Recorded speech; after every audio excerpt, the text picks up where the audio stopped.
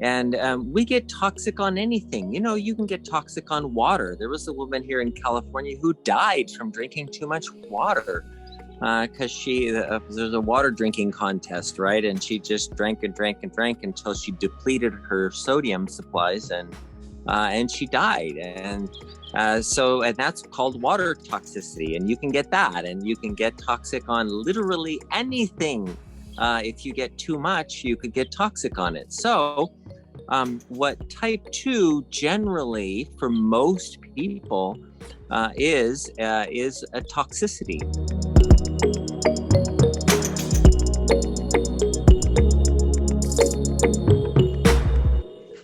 Welcome. Give people a minute to hop on here today to the Fixed Blood Sugar webinar. How's everybody doing? Hope you all had a fun and safe 4th of July Independence Day celebration. If you are a United Stateser American, coming up with words now. So I think this might have been the first year that I did not see a single firework on the 4th of July. I was in the middle of Nebraska at a golf course with my boys, and there were no fireworks, and I have no complaints. What? No fireworks? What happened? Nope, we were in the middle of nowhere. Just golf, and that's it. No technology, totally unplugged. You guys comment in the chat here and let us know if you're people that do you spend money on fireworks, because I feel like you either go crazy or you do nothing, and I'm just curious to see where you guys all fall. Tyler and I have somehow, we always go places where people spend a lot of money on fireworks and we watch them, but we've never spent money on fireworks. That just does not surprise really me. our thing. Really? Knowing Tyler especially, he is not one to just light money on fire. No, not at all. And he doesn't like to get dirty, so not really. I've bought a few. I've probably spent $1,000 in my life on fireworks, but I don't usually go very crazy. Like maybe $100 a year every 3 years or something. So yeah. Our kids they kind of had a hard time with us this week. They were like, why do we never get to do fireworks? We actually have kind of been isolating. We actually got COVID. And so we weren't able to do anything. And they were like, why didn't we buy any fireworks? Why aren't we do anything? And so we literally got in the car and drove around, and we were able to see some fireworks in the sky. And I think they were pretty happy with that. So. Yes, good old COVID. Dr. Saunders, you want to share a little bit about this whole COVID? What's going on? Oh my gosh. Okay. It's been a crazy week. The last 8 days. So 2 weeks ago, I went with a bunch of boys for a river rafting trip. And so then the day after we get home, one of the boys' parents calls and says, well, our son was tested positive for COVID. And I'm like, oh, that's nice. Because I've been in rooms with patients with COVID. I had 65 people in the nursing home with COVID, and I'm like in every single one of their rooms. My wife had it twice, including 3 weeks ago, and I never got it. So I'm like, okay, no problem. We're good. And then we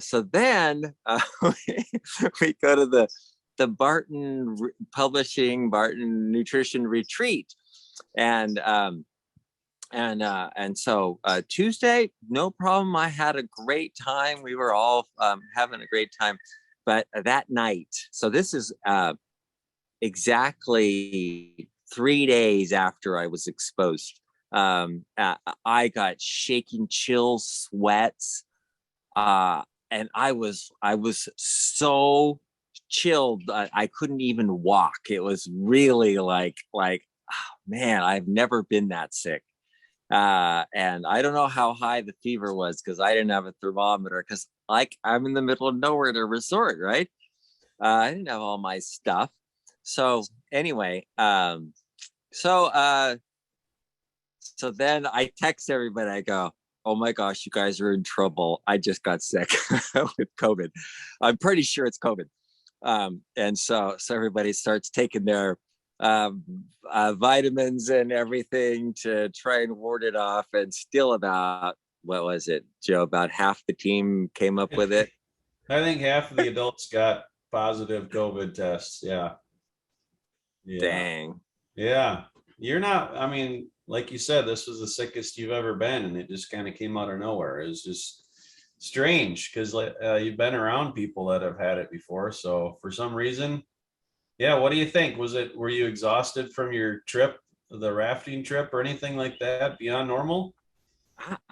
No, well, not really. I don't know. It was just weird because like 2 weeks before, my wife had been pretty sick with it, and I took care of her. And I don't know.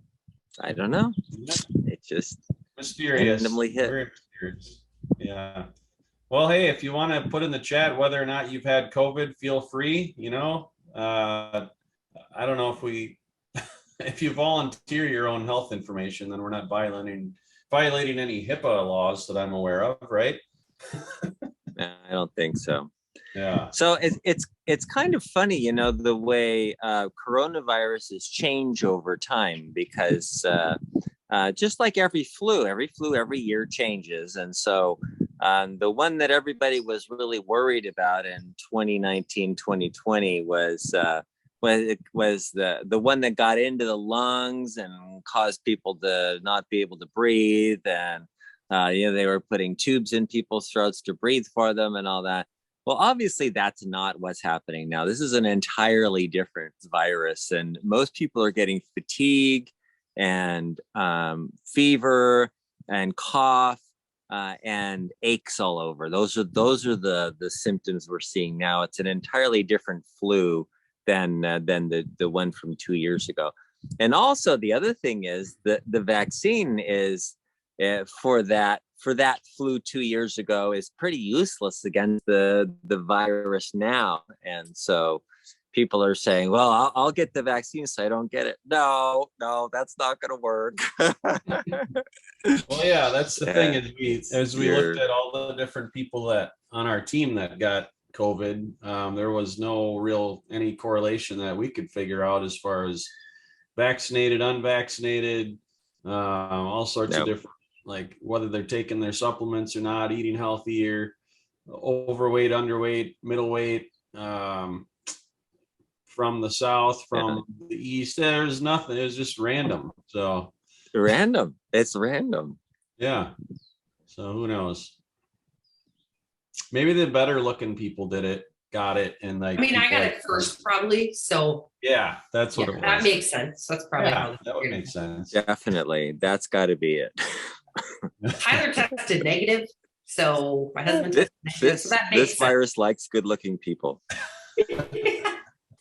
In all seriousness, though, it was kind of funny when I told people, I was like, oh, I got it from my doctor. And they're like, that's weird. I'm like, I know.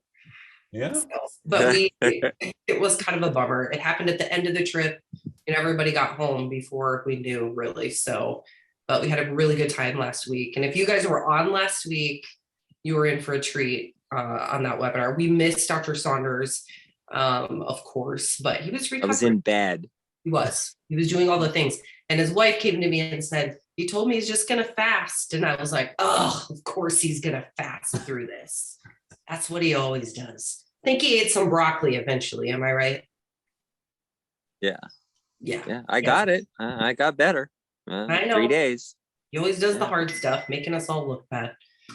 Anyway, but we had a really good time, a really good webinar that will eventually be available at, you can go to bartonwebinar.com. You'll be able to see a link to that YouTube video soon.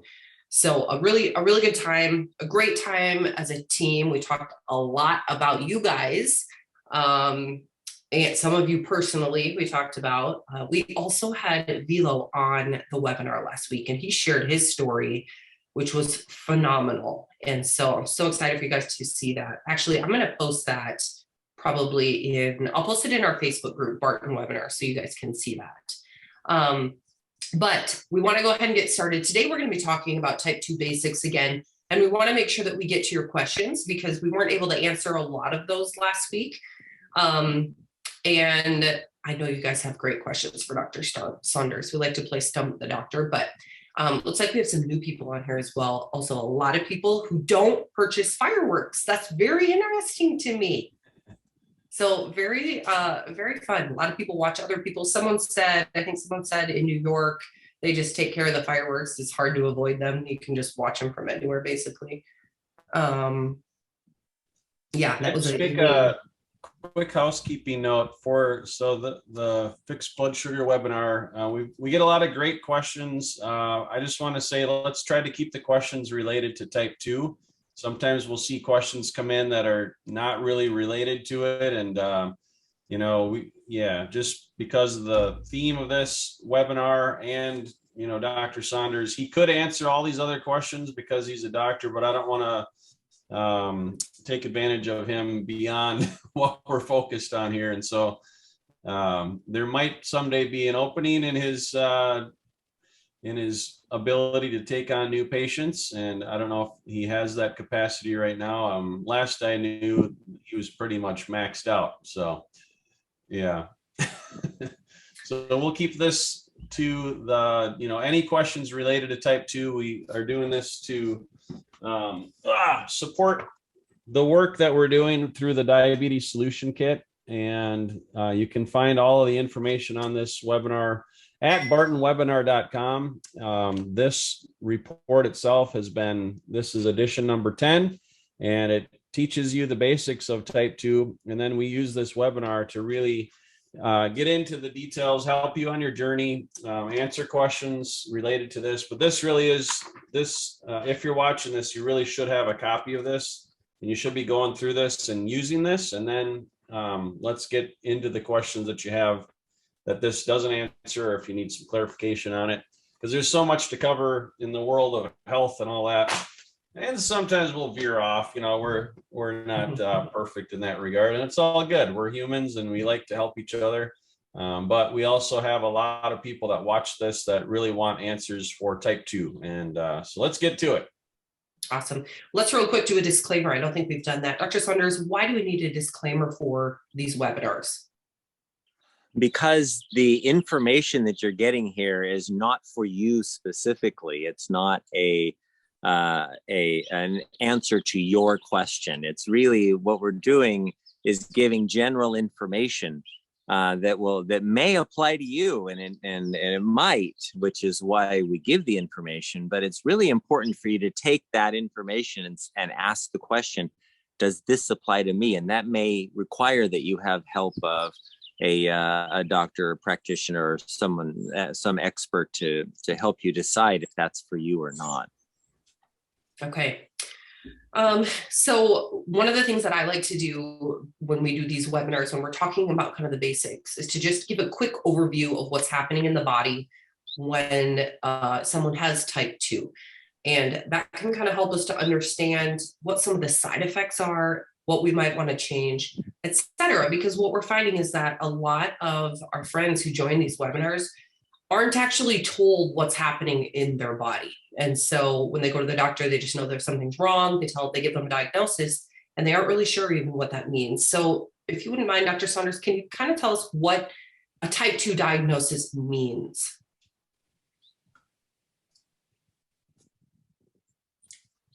Okay, that is an excellent question, because when somebody just says, "Oh, you have type 2 diabetes," okay, do this, and you're like, "But what does it mean? What's going on? What happened here?" And there are a lot of different things that could be going on, and so we're going to discuss a few of those and what that might mean to you. So for most of the problems that we have, type 2 is too much, is the body is toxic.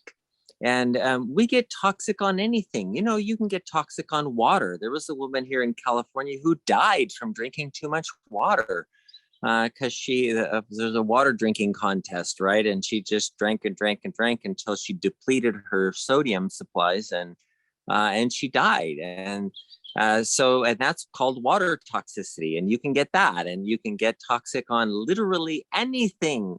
If you get too much, you could get toxic on it. So what type 2 generally for most people is a toxicity.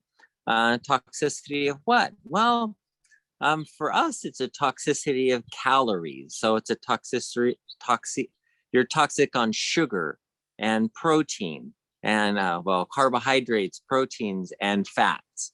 And that too much of all of that stuff causes something called insulin resistance. The cells inside your body take sugar into them, but they can't take sugar in unless insulin is there. So insulin opens up the door and lets the sugar come in. And then the sugar is coming in and coming in, but you're eating more sugar and it's more coming in and eating more and more coming in. And pretty soon that cell gets so full of sugar, it's just full, it's jam packed. And so the cell goes, hey, wait a minute, we have too much sugar. And so we're going to block that door where the insulin is, and we're not going to let any more sugar in. And so we call that insulin resistance, because now the insulin isn't working. The insulin's there and saying, hey, let's unlock this door, but it's locked from the inside. And you can't get any sugar into the cell anymore. So that's insulin resistance. And so what we need to do is detox. And it's really quite simple if you understand that your cells are so full up that they just can't take in anymore. Then there's two things that have to happen. Number one, stop putting stuff into them, right? And then number two, start using up what's in there. So how do you use up what's inside cells? Well, it's simple. Exercise. As you're walking and running and lifting weights and doing all your exercises, you are using up that excess energy that's in the cells. And as you use it up, it gets down to a level where the cell will go, hey, we need some more, and will unblock those insulin receptors and allow the insulin to work again so the sugar can get into the cell again. And so your blood sugar will go back down as your cells take up more sugar. And so that's the way the system works. The other half of not putting any new stuff in there, well, a lot of that is explained very clearly in the Diabetes Solution Kit. The book explains why you go on a very low carbohydrate diet so that you're not bringing in excess sugar into the cells anymore. That's giving you a chance to detox. And so really what it is a detox program. So good. Isn't that simple? Yeah, I love the description. This helps so much. We've had a couple questions about this. I think it's a really important thing to talk about when talking about depression and anxiety. How can a toxic body relate to that?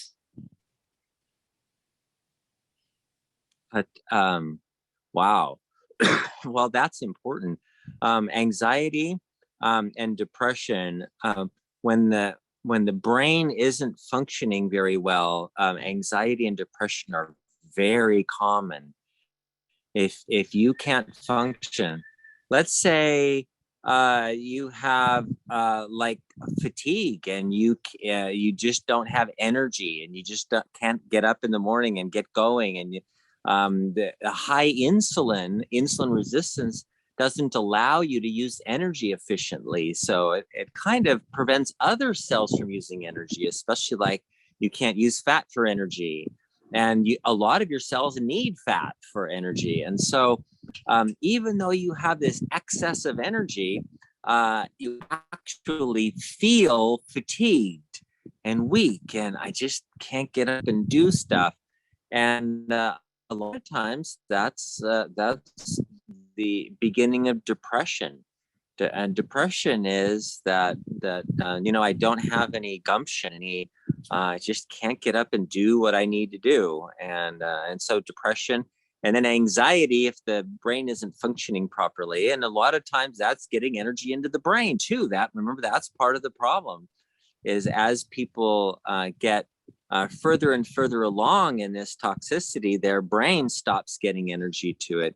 And one of the first thing that happen when the brain doesn't function is anxiety. The brain starts feeling anxiety when it can't do what it's supposed to do, and people get that. So would you say that, let's say someone came to you who, didn't have a type 2 diagnosis, but they were dealing with anxiety and depression, would you say that the Diabetes Solution Kit would still be a really good option for them to help with those things? In some cases, yes. So the number one cause of Alzheimer's disease right now is metabolic or pre-diabetes, insulin resistance, metabolic syndrome. So in that case, absolutely, the Diabetes Solution Kit would be an answer to that. Just because it's common, it's definitely not the only reason. So you can have metabolic reasons, which is what we're just talking about, but you can have toxic reasons for other things too. You could have heavy metal toxicities or organophosphate poisonings or different things. You can have a lack of nutrients if you're not getting enough vitamin B, B12, folic acid, other, especially B vitamins, but other minerals. So there's other reasons why you could have anxiety and depression.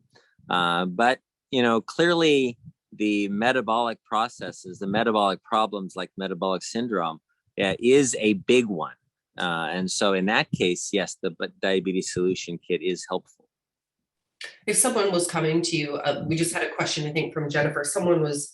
She's been, let's see, I can't find the message, but I will believe she says sometimes her depression and diabetes can make her diabetes worse. Do you find that happens a lot? Yeah, she said she doesn't take good care of herself because of her depression. So that's okay. A good relation. Yeah.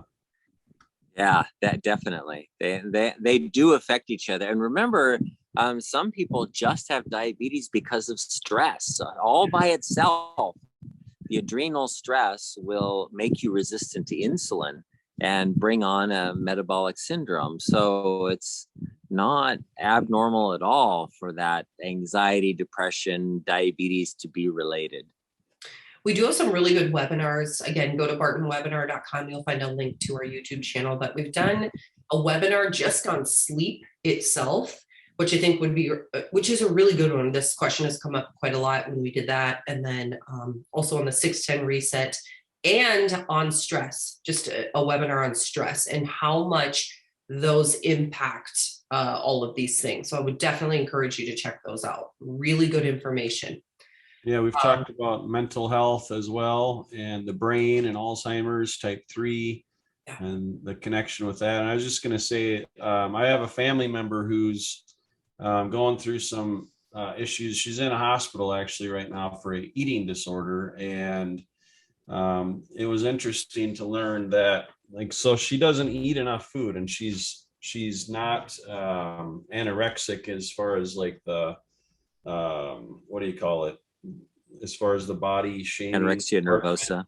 Yeah, it's more for her. It's food just does not taste good to her. It's not appealing, and she doesn't want to eat. And it's I don't know if it's the texture or what. So we're working through that. But they're just talking about how your brain needs to eat food, and if your body and your brain isn't getting the nutrients it needs, then it just starts shutting down. And so you almost have to think about it when you're eating, you should be eating for your brain more than anything to get your brain right. And then your brain, if that is healthy, then it helps everything else to get healthy. Can you talk about that connection a little bit? Or maybe we can even have a whole talk next week on the brain connection, but it's so important.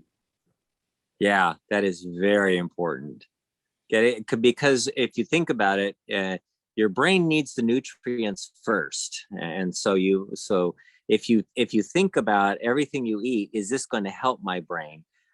Because there's a lot of things we eat, artificial sweeteners and stuff, that are actually toxic to the brain. And so if you look at like what a diet drink would be, soda, for example, would if you think about it, you go, wow, this is not good for my brain. The artificial sweeteners, artificial colors, the sugar in it, all of those things, they're not feeding your brain. Whereas if you're eating like broccoli and spinach and cauliflower and kale and Brussels sprouts, you're feeding your brain. You're getting all these nutrients that your brain needs. And that's the way to look at it, Joe. I think that's a great idea. Yeah, for sure. And I love the comments that we get from people who are, moving on in the diabetes solution kit. There's phase 1, phase 2, phase 3. And as they progress through those phases, they find out how different foods affect them. Their body's clean and they're able to see, oh, wow, I feel really good when I eat this. Or when I have that diet drink, man, do I feel terrible. And they're just at that point in their journey where they're so much more aware. And I love hearing those messages, because then you really learn how to take care of your body and what works best for you. So good information. Okay, let's go through some more questions here. One of our products is Fiber Greens. Is Fiber Greens in stock right now, Joe? No. Okay, so I have some in my house, but not enough to supply all our customers, unfortunately. All the people. Well, it sounds like Dennis may already have it. So let's see. He says, can I take Fiber Greens first thing in the morning and then take Cinechroma and Turmeric BP 30 minutes later? Yeah, absolutely. There's no reason you couldn't take that. Yeah, you could take them together. The Fiber Greens, it does have artificial sweetener, it has some stevia in it. But fiber will not prevent you from absorbing those nutrients from the Cinechroma. So yeah, that's fine. I'm curious how Fiber Greens, sometimes if you take a bunch of supplements in the morning, they can upset your stomach. Does Fiber Greens kind of create a barrier there so that wouldn't affect you, or do you recommend after food to have those? No, either way, I usually have it with the meal. It doesn't, it shouldn't affect it. The fiber is not absorbed. It's not digested and absorbed by the body. So it goes down into the large intestine, and the bacteria in the large intestine digest it and use it for food. And so it helps grow the good bacteria in your intestines. So that's the advantage of that. Okay. The Fiber Greens, actually, I have some in my background right here. Let's see. This is like the weathermen when they have to like do weird things like that. It's right there.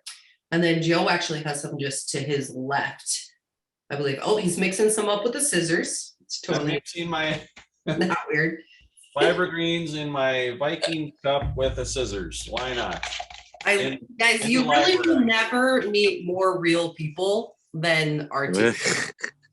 Like, I'm just going to be honest. Like, what you see is what you get every day. There's no put on your best show for the webinar. So it's going to have to lick off the scissors. It's better to use a shaker bottle, because then you don't have to have a scissors, and it's less clumpy. So, but it still tastes good. So Joe's son does some of our editing, so I'm definitely going to get that clip for something. I don't know what yet, but it's going to be awesome. Okay. Dr. Saunders, real quick, you mentioned stevia. Yeah. Now, is stevia bad for your brain? Because you talked about food coloring and like other artificial sweeteners, but stevia is more of a natural sweetener, isn't it? Yeah, stevia is not bad for your brain. The only issue that I've ever seen with stevia is that it can cause you to release insulin. So people with insulin resistance, it can increase or continue their insulin resistance. That's all. It's not by itself toxic. as far as I know. Yeah, and you've talked about how really anything that has the taste of sweet is pretty much affecting your insulin production. So your body Right. your body tastes sweet. It's like, oh, we need insulin because there's sugar, and then it goes and it can find the sugar, and then your body creates real sugar or whatever. So. Right. I'm curious. Velo and Barbie had a really good comment here. Well, Velo commented, but I'm assuming. Let's see. It says that's a good point, Leslie. Barbie and I have gotten to the point where we know what our body is doing. Talking about when they eat, they know what their body responds to best. And I'm curious with that comment, how have you had any, like stevia, for example, are you using that at all? And how do you find that it affects you? Just out of curiosity. Okay. What else do we have here? Oh, this is going to be kind of a question for Joe, I think. Actually, I haven't read the whole thing. Maybe not. Roy says, Dr. Saunders, so I saw this crazy thing on the internet about rum-soaked peanuts. I hear my husband talking about this all the time. To help my blood sugar numbers, is there really anything to it? Or what about gin-soaked raisins? Just saying. That's a joke question. I've heard of both of those, and I don't know that one's any better. Clearly, the gin-soaked raisins are going to have sugar in them, and you may get over your 20 grams pretty quickly. The peanuts also have carbs in them, and so you can get up to your 20 grams. But again, just stay with the program. People talk about all these the magical things like oh, this supplement's gonna fix it, or this special food, or I saw one the other day. If you have diabetes, eat this food immediately. And it's like, no. Remember, it's toxicity. You want to detox, you want to cleanse. So less is more in this kind of a case. Let me just talk about the rum-soaked peanuts. So I'll admit it's a marketing thing. And honestly, we're competing against so many clever marketers nowadays that we find these weird hooks that people click on. It's like rum-soaked peanuts, and I want to find out more about that. So there's studies out there. Yeah, there's a little bit of that, but you obviously can't go crazy with stuff like that. And really, our goal in that marketing is to get you to, one, to the webinar here, and two, to the diabetes solution kit that has all the really good stuff. And so it's the world we live in. It's advertising. It's getting people's attention. It's almost everywhere you look. It's attention. It's trying to get people to pay attention to me, because there's 10,000 other things that are asking you to pay attention. And so part of me wants to apologize. Part of me wants to say hey, we got you here. This is what you're learning, really good information. Rum-soaked peanuts is more of a that's not how you reverse type 2 diabetes, but that's good. Open and honest. Here's a note from Velo. He said, we stay away from all sweeteners. That's the main reason why we've been so successful. Velo was a sugarholic and artificial sweeteners, Diet Coke. He doesn't miss it at all. So awesome. Okay, a couple more questions here from Wanda, wondering about monk fruit versus stevia. And then Anonymous is asking, what are the sweetener options? Can you use honey? And this comes up a lot. I'll let you address that. Okay, so sweeteners are an issue, no matter how you look at it, because the taste of sweet can cause you to release extra insulin. And when you make more insulin, you can be more insulin resistant. So remember, less is more. So what Velo said, that doesn't eat anything that has any taste of sweet at all, nothing. And this is somebody who drank Diet Coke every day, and enjoyed a lot of sweets. Stay away from anything that's sweet. So that question of what kinds of sweeteners can I have? The answer is none. Is avoid them. That's part of the detox program. is to avoid all of the things that caused it in the first place. And part of what causes it in the first place is the sweet taste. So yeah, to avoid sweeteners, avoid artificial sweeteners, avoid all of the things that they talk about. Oh, you can have coconut sugar, or you can have I was just reading a low, not a low carb, low glycemic index sweetener was it honey? Yeah, the honey they called the low glycemic index sweetener. And because it's half fructose, which is relatively low glycemic index. But fructose is one of the issues. That's one of the problems that causes the liver damage. It causes fatty liver disease. So really, no fructose, no honey, no agave nectar. Avoid all those things. Coconut sugar. It's all sugar, and it should be avoided. Okay. I know it's a bummer, but it's worth it, right?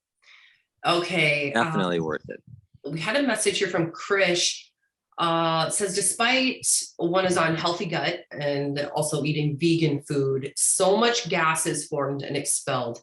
Is it because of all the bad organisms are outnumbering the good ones in the gut flora? Should one take 2 capsules of healthy gut? The amount of gas, which is not malodorous, causes dizziness and can make one feel tired until the gas is expelled. Please advise.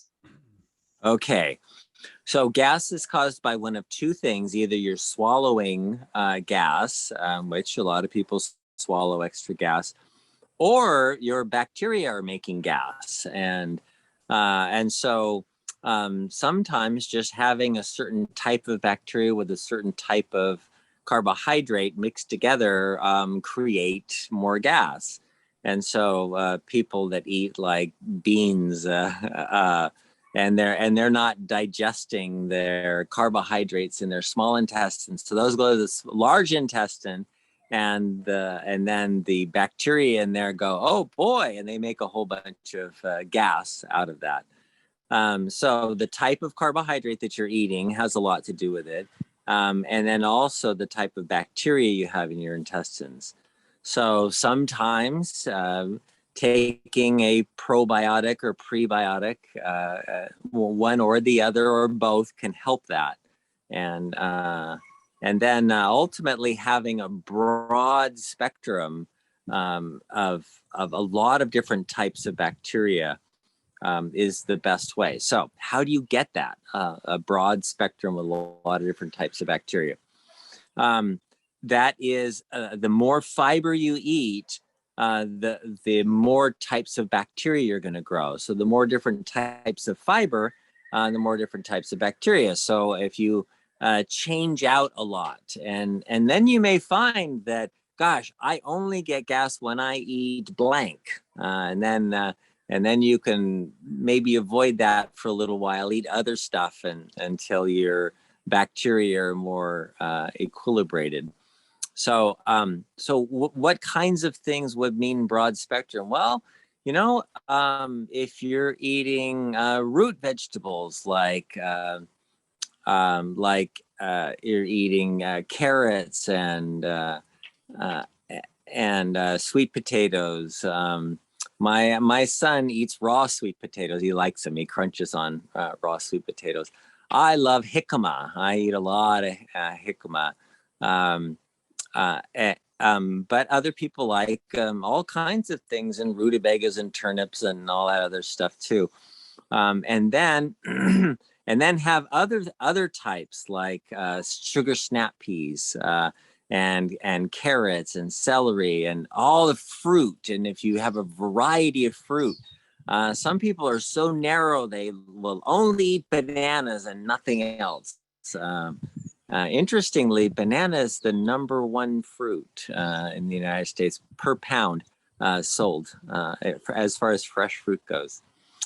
So apples and oranges and bananas and pears are great. Pears have a lot of fiber in them. So the idea of a lot of fiber is a lot of different fruits and vegetables, and cooked and raw. I'm not saying you just eat raw, cooked and raw. All right. Tom says that he found a snack that is low carb with fiber. So if I was to eat 3 ounces during the day, is it better to eat it all at once? Or is it okay to have a little bit every hour, or doesn't it matter? Okay.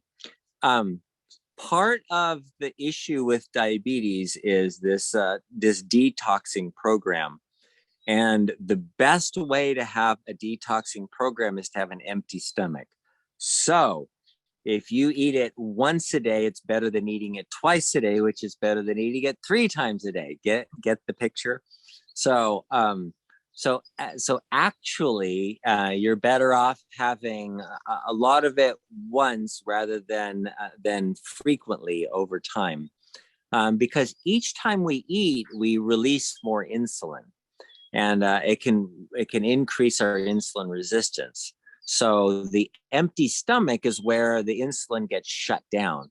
And so what you want, a lot of the benefit comes from having an empty stomach. So if you ate only 1 meal a day, that would be good. 2 meals a day is okay. 3 meals a day is getting up there. You don't want 5 meals a day. You want fewer meals in a day so that you have an empty stomach more. Okay. Still getting questions about sweeteners. Someone is asking, well, then should I just have sugar instead of the artificial sweeteners? What about maple syrup? I know, it was a good question. Natural raw honey. Yeah. Excellent question. No, avoid sugar, avoid artificial sweeteners, avoid honey, avoid coconut sugar, avoid all the sweeteners, all the sugars. Just avoid them altogether. Here's a good question. What about milk? What are your thoughts on milk? Good thought. Okay. So, milk is one of those things that some people tolerate and some people don't. Milk has sugar in it. It has glucose and galactose. It's called lactose. Lactose is a milk sugar, and it is kind of sweet, and it does cause you to make insulin. So drinking milk, you have to include in your carbs, your daily carbs, if you're going to be on phase 1. But other milk products, for example, yogurt, they take the milk sugar and the bacteria use up the sugar and make lactic acid, and so then that's what creates the milk or the curd, the thickening of the yogurt, the protein. So some people tolerate milk products all right. A lot of people don't. So just be careful with it and see how you react to that. Some people tolerate yogurt and other milk products like cheese, cottage cheese, stuff like that, but not everybody does. And milk itself is sweet, and so as a rule, I would kind of avoid it on phase 1, and you can start adding it in phase 2 if that's what you drink. Awesome. Okay. Rosalind on Facebook says, Dr. Saunders, I'm just confused about what causes my blood sugars elevation sometimes. If I don't eat enough, I don't have good eliminations. I've done the organic chicken, grass-fed beef, veggies, etc., but I get discouraged when the doctors tell me to eat more fruit and vegetables, drink water, and I do it all the time, so I'm confused. I like ice cream. I went from 7.1 to 7.5, so I'm like, what's the use? I need help. Okay. Yeah, ice cream's going to be a big issue, and so the fiber is the best way to manage your bowels. So if you're having bowel issues, make sure you get enough fiber. And there's another issue in there, and that is when you're getting a lot of fiber, you're going to get more potassium. And if you drink a lot of water, you're going to deplete potassium. And some people get constipated and dehydrated from drinking too much water because they deplete their potassium. And the problem is not so much that there's too much water. It's that we just don't have good supplies of potassium. You have to eat like beans and fruits and vegetables and in large amounts in order to get a big enough supply of potassium to maintain your hydration status. So drinking too much water can deplete your potassium more. It depletes sodium too, but it's easy to get a lot of sodium, the salt in everything. When you have dehydration from a lack of potassium, then things don't work right. Your intestines don't work right, and it's easy to get constipated. So that can be really frustrating. So drink enough water, but not too much. And they're exactly right. Getting enough of those fruits and vegetables is really important. And if you need some of the low carb fruit, we have you can have there's all the kit. They have the things like cucumber. You can eat all the cucumber you want. You can eat bell peppers. You can have celery. You can have all the kale and spinach, and you can eat broccoli raw or cooked. Cauliflower, same thing. So adding in a bunch of that stuff so that you're getting a lot of potassium and fiber is a really good idea. Awesome. That should help a lot. Mm-hmm. Let's see. Barbara says had spinal fusion surgery and removal of a benign hemangioma on my thoracic spine. Sorry about that. Ever since then, my blood sugar has been on the high level. Does surgery mess up the biochemistry of the body? Surgery was in December of 2021. I live in Ottawa, Ontario, Canada. Oh, wow. Okay.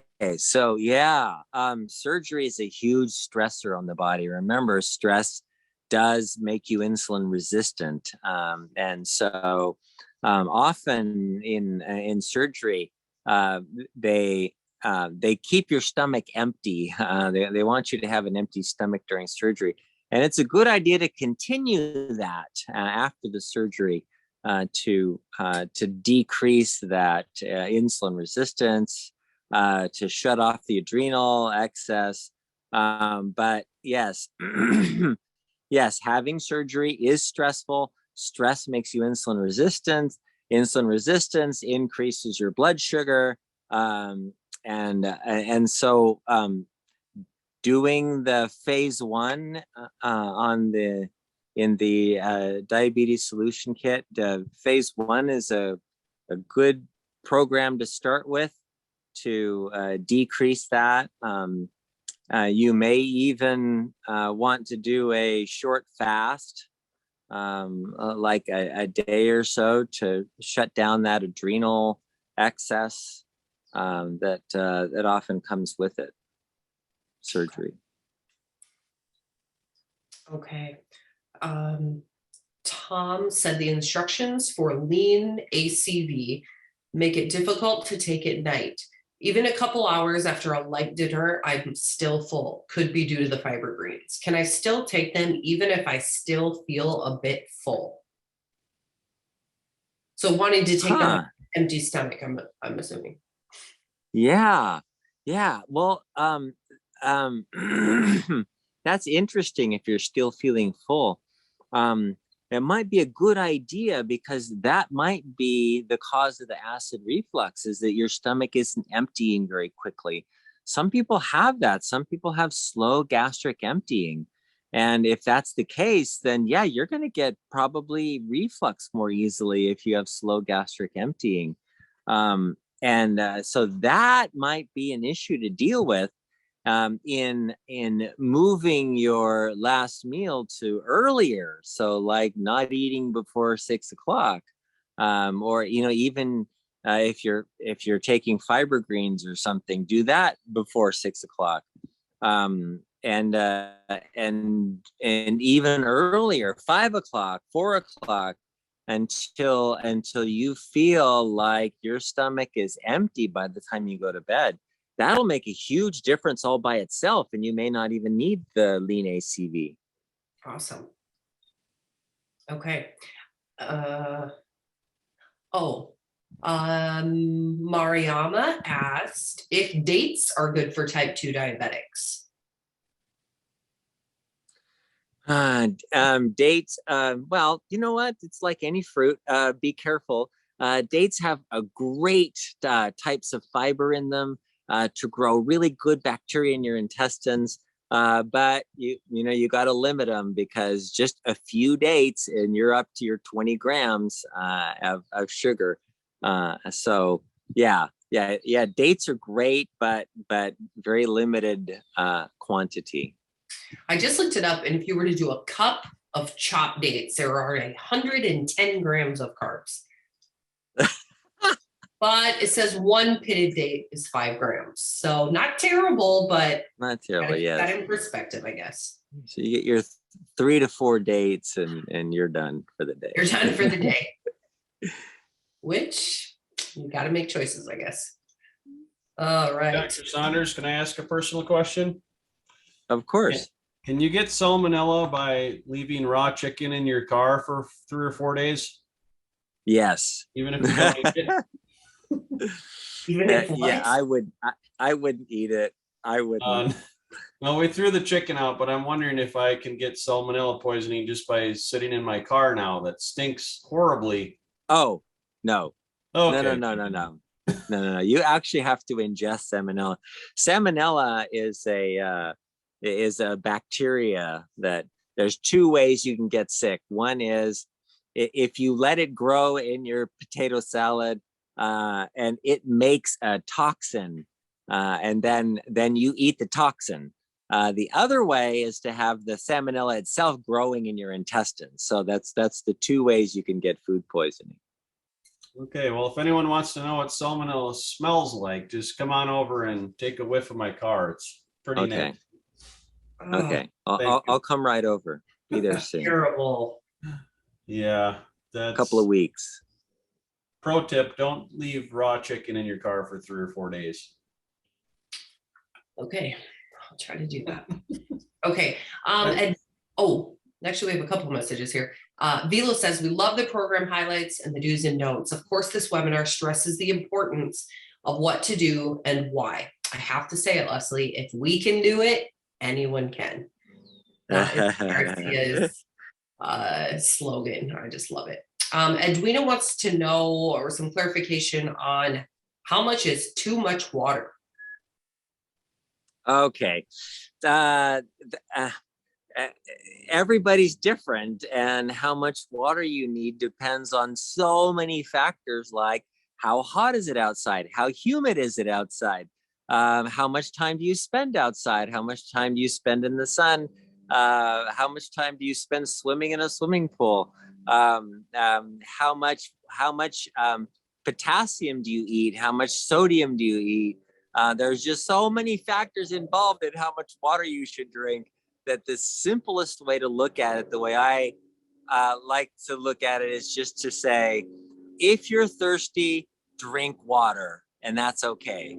If you're not thirsty, you probably don't need to drink water. And that's for me, the simplest way to keep track of do you need water or not. All right. Wanda says, I've been 110% on the program for 1 month. My numbers have been the lowest ever. Congratulations. That is awesome. Tell us a little bit more about, how that's been, how you're feeling. But here's the but. Last week, I added the pancake recipe with monk fruit with success, but I went to a Chinese restaurant last weekend and ate only low carb and healthy, and my blood sugar went up. 3 days later, it is not really high, but it's higher than before, and I gained 2 pounds. I understand not to do this going forward, but what was different? I do not medicate, so my numbers are true. Okay, so was what the pancake recipe with the monk fruit, and that was okay, but going to the Chinese restaurant was not okay.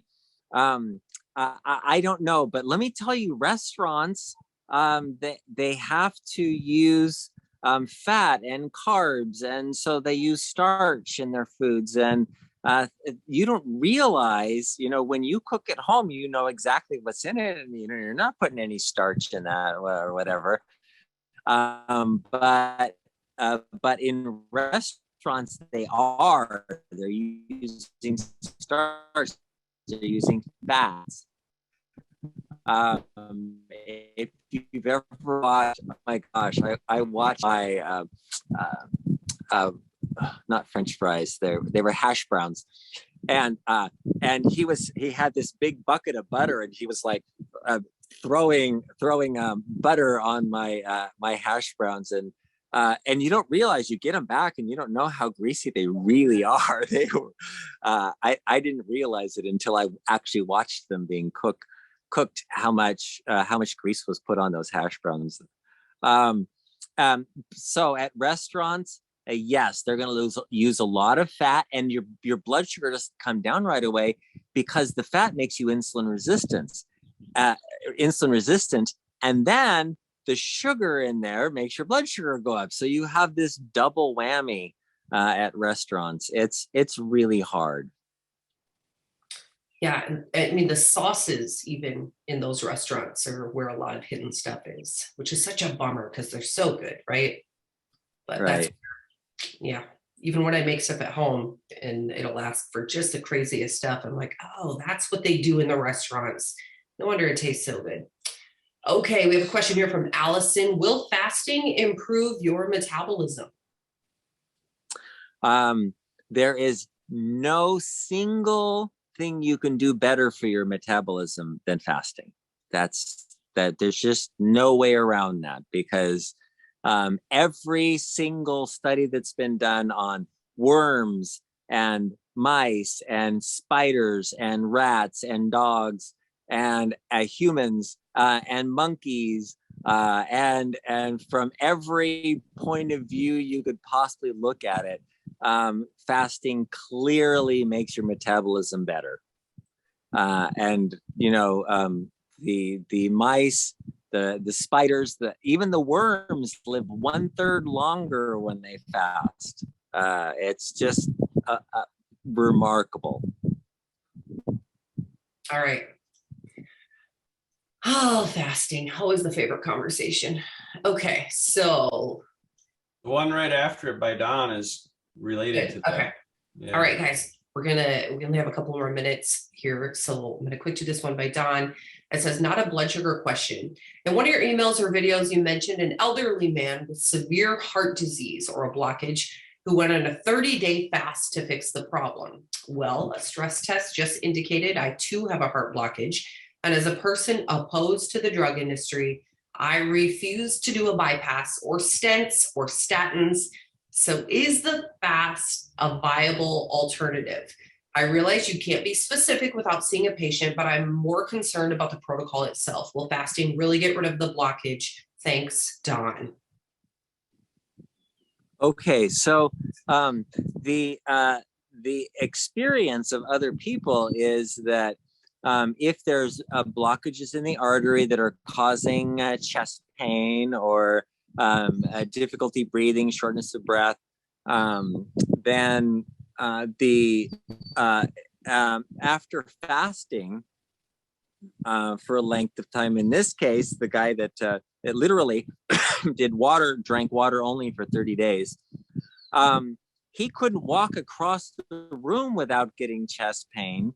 10 feet was as far as he could get without having to stop But by the time 30 days were up, he could play a full game of tennis. He was a tennis player. He was a tennis pro, actually. He could play a full game of tennis without any chest pain. And he still, 5 years later, 3 years later, or 5 years ago, 3 years later, he's still playing tennis and doesn't have chest pain. So, does it work? Well, in my experience, it has in other people. So that's it's a viable option. Awesome. Okay. It is already that time, you guys. So thank you so much for joining us.